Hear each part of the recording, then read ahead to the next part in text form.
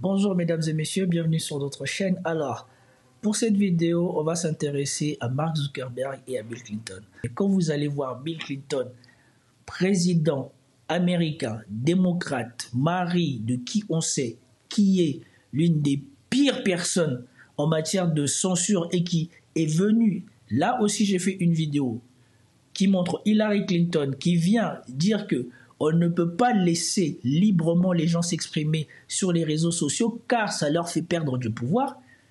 Et que si aujourd'hui vous voyez Bill Clinton reconnaître ou se soumettre à la victoire de Trump, c'est qu'il y a des choses graves qui se passent derrière et qu'ils ont peur de l'avenir. Ils ont peur de Trump.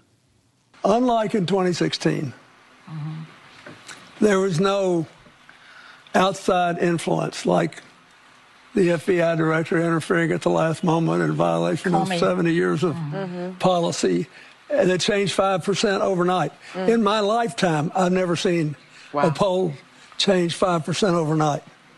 So anybody that says... Donc ouais, ici il vient dire que contrairement en 2016 où on sait que le FBI était de mèche avec les démocrates, qu'ils ont inventé cette histoire soi-disant d'ingérence pour faciliter l'élection de Trump, et ils ont refait ça en 2020 quand ils l'ont fait perdre. Cette fois-ci, il vous dit qu'il ne peut pas croire à cela quand il voit les résultats qu'il voit. Que les sondages ne peuvent pas changer de 5% en une nuit. Si les sondages se sont trompés de 5%, c'est que ce n'est pas de l'ingérence ou autre chose qui fait ça, c'est une adhésion. Et lui, c'est l'un des cerveaux de démocrates qui vient dire ça. Ça, il vient montrer patte blanche à Donald Trump comme quoi je me soumets. Je reconnais ta victoire, je veux servir. Parce qu'il sait, probablement comme tous ces démocrates, que lui aussi, il fait partie des petits papiers dont on a enterré les choses. Et que si jamais il devait se mettre à Donald Trump à dos, il ferait partie des gens dont on va salir la réputation. Moi, c'est comme ça que je le vois. Je ne le vois pas autrement. Parce que depuis là, il ne s'est jamais exprimé sur tout le mal qu'on a fait à Trump. Il n'a jamais pris parti pour Trump. Écoutons la suite. That he didn't give Trump the election, you know, needs some...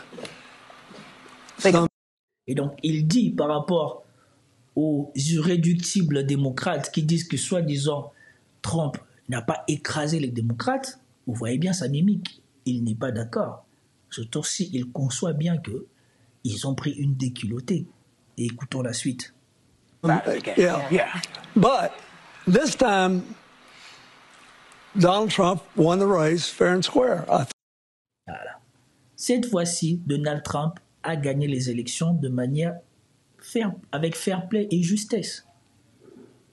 Ce tour-ci, il ne discute pas de la victoire de Trump. Il reconnaît la victoire totale de Trump sur les démocrates. Think. What do you mean you think? Unlike in 2016. Voilà. Et il dit ça, c'est sa pensée. Et je crois que c'est Whoopi Goldberg ou quelqu'un d'autre qui lui dit « Qu'est-ce que tu penses ?» Parce qu'il a fini, ça c'est ma pensée. Il a dit « bon, qu'est-ce que vous pensez ?» Écoutez. So I think what we have to do is to observe a peaceful transfer of power. Et il a dit « Moi, ce que je pense, c'est que nous devons faire une transition de pouvoir en paix. » Et donc ici, il appelle les démocrates et surtout, il lance un appel. Il fait comprendre à ceux qui voudraient faire les irréductibles comme Joe Biden que c'est plus le moment. Vaut mieux rester calme que s'attirer le foudre de Donald Trump. Parce que comme je vous l'ai déjà publié ici successivement sur la chaîne, vous voyez qu'il y a le directeur du FBI qui démissionne en avance, vous voyez qu'il y a le général de forces armées qui est déjà en train de pleurer, et vous voyez que Trump, il a déjà préparé son administration. Ce tour-ci, il va les nettoyer. Et donc quand il les nettoiera, il sera en pleine capacité d'aller déterrer les dossiers de ces gens-là. C'est pour cela que Joe Biden a gracié son fils sur tout ce qui était en cours contre lui. On ne pourra déterrer aucun dossier sur Hunter Biden. Il a pavé, il a cimenté, bétonné derrière son fils pour qu'on ne remonte pas à lui et à d'autres personnes. Mais dans ce dossier-là, sans doute qu'il n'y avait pas d'autres démocrates et que Bill Clinton essaye de paver la route parce qu'il sait que sa femme à lui, jusqu'au dernier moment, a continué à s'en prendre à Trump. Stand up for what we believe and work together when we can.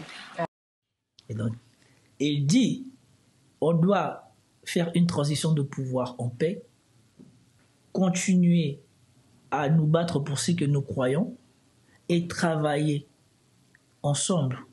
Ça veut dire qu'il accepte même l'idée que les démocrates coopèrent avec Trump quand c'est nécessaire. Une soumission totale. Et moi, je suis content, non pas parce que pour ce que Trump va apporter au monde, mais peut-être qu'il va remettre un peu de bon sens aux États-Unis. Et nous savons que si on remet du bon sens aux États-Unis, ça irradie le reste de l'Occident.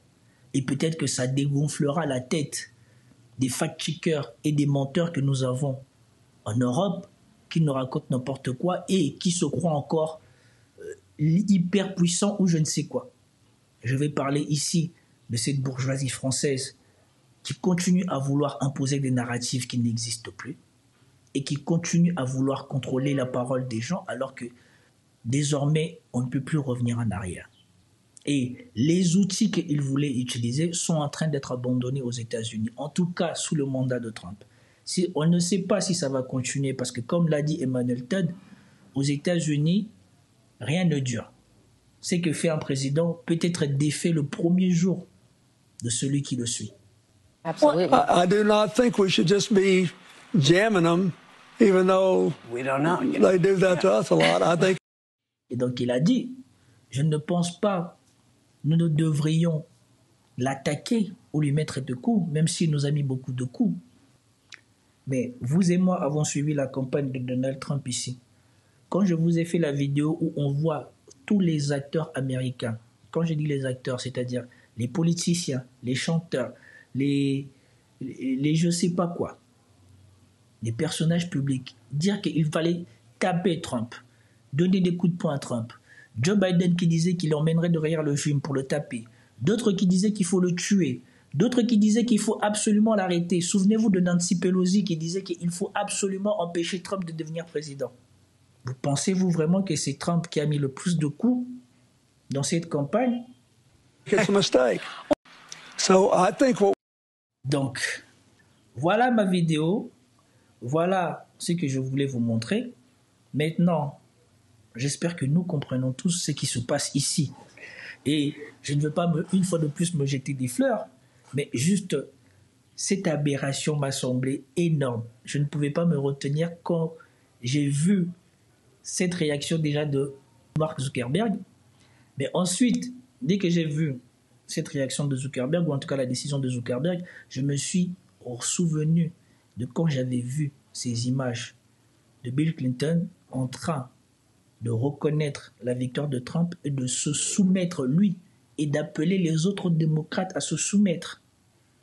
Et donc, ça fait toujours plaisir de voir qu'on a eu raison. Ça fait toujours plaisir de voir que son analyse porte ses fruits. J'espère pour vous que vous voyez au moins que malgré le fait que je n'ai pas des insides, j'arrive quand même à me projeter dans des choses qui ne sont pas totalement fausses. J'espère pour vous que vous avez apprécié la vidéo. Commentez, likez, partagez pour me soutenir. Peace out.